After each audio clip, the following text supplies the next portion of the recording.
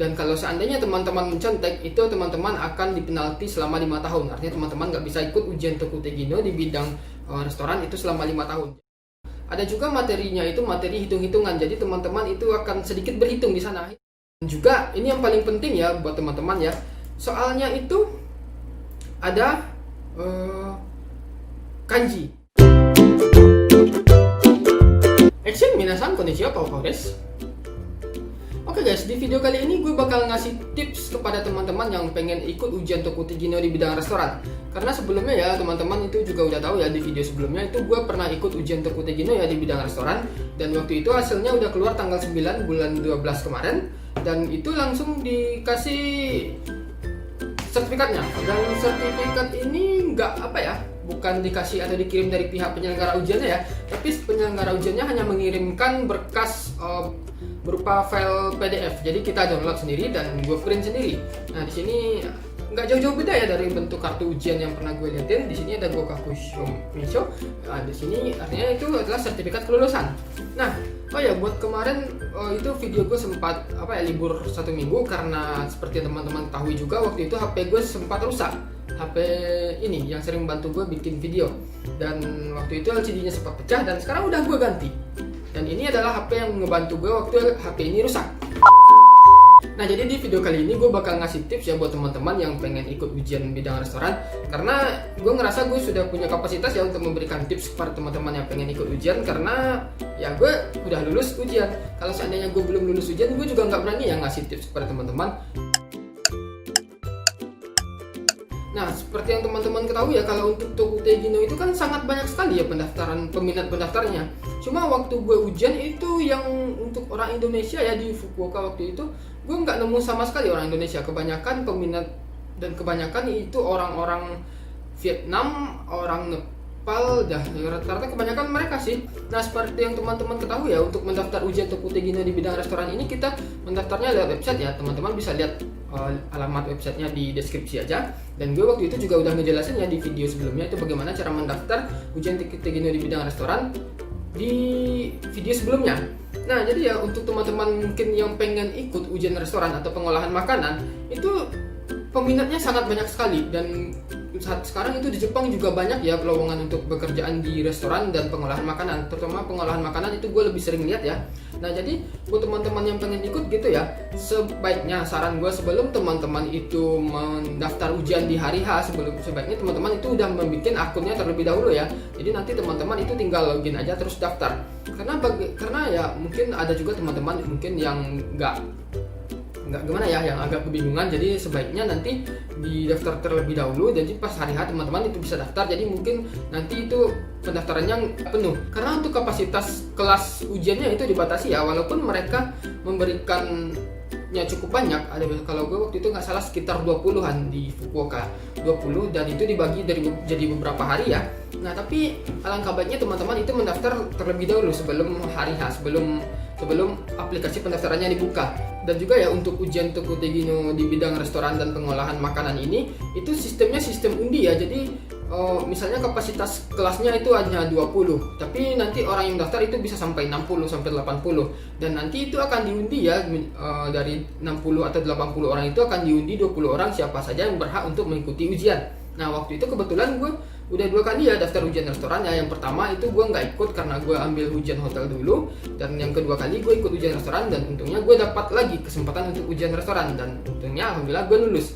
Nah jadi itu ya saran pertama ya, teman-teman itu daftar akunnya terlebih dahulu.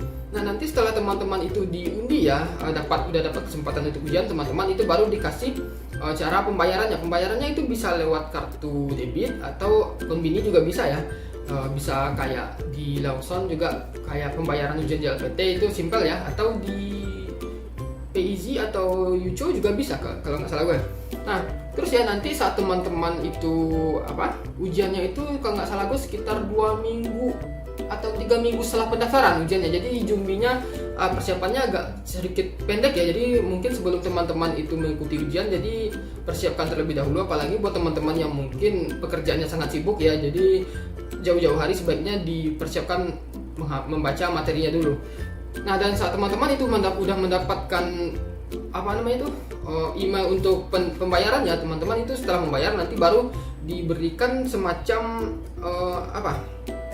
nomor ujian, kartu ujian. Nah kartu ujian itu harus teman-teman print ya, printnya apa aja kayak biasa aja, nggak perlu teman-teman perkecil atau apa, karena waktu itu kayak ujian di hotel ya, misalnya dikasih format seperti ini, ada yang ngasih bingkai, ada yang diperkecil, itu nggak boleh ya, bisa itu nggak diterima dan disuruh print ulang lagi.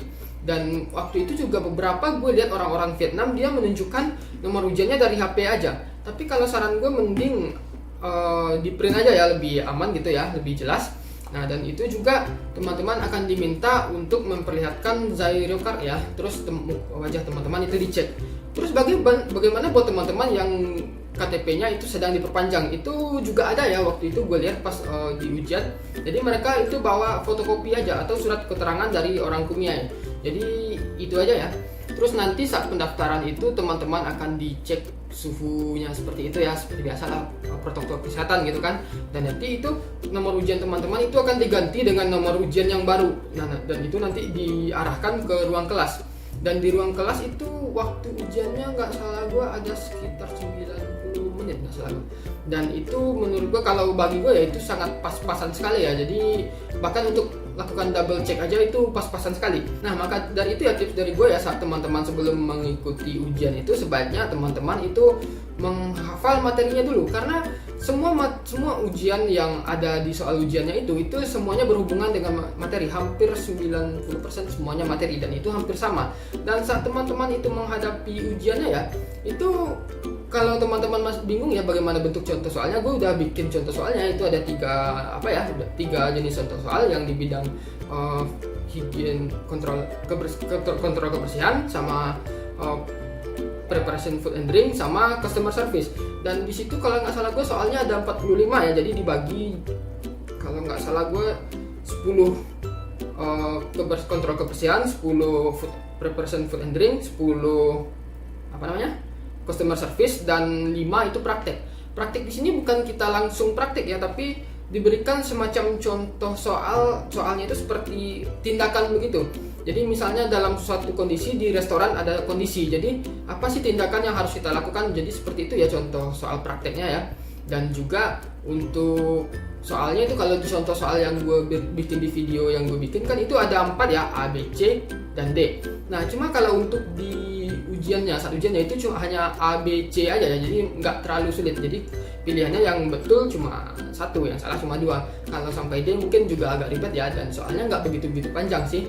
Dan juga kalau seandainya itu teman-teman hampir sama ya kayak ujian JLPT ya, itu nggak bisa nyontek. Dan kalau seandainya teman-teman mencontek, itu teman-teman akan dipenalti selama 5 tahun. Artinya teman-teman nggak bisa ikut ujian Tokutegino di bidang restoran itu selama 5 tahun. Jadi saran gue supaya teman-teman itu nggak mencontek, mending belajar aja. Kalau seandainya teman-teman nggak tahu pun, pilihannya cuma 3 kok, hanya salah, sangat salah, sama benar, seperti itu. Jadi nggak membingungkan ya, nggak sama kayak ujian JLPT. Kalau ujian JLPT kan hampir benar, sama benar, seperti itu kan. Maka dari itu materi itu sangat penting. Dan buat teman-teman yang bingung soal materinya, itu udah ada dikasih link downloadnya di website, atau lihat di pembahasan materi gue di bidang restoran, itu ada link materi sama contoh soalnya ya. Jadi teman-teman bisa belajar dari sana. Karena menurut gue ya, untuk kalau seandainya teman-teman itu membahas materi yang atau contoh soal yang gue kasih itu menurut gue sangat worth it sekali, karena hampir semua dari materi itu keluar. Ada juga materinya itu materi hitung-hitungan, jadi teman-teman itu akan sedikit berhitung di sana, nggak terlalu ribet sih juga.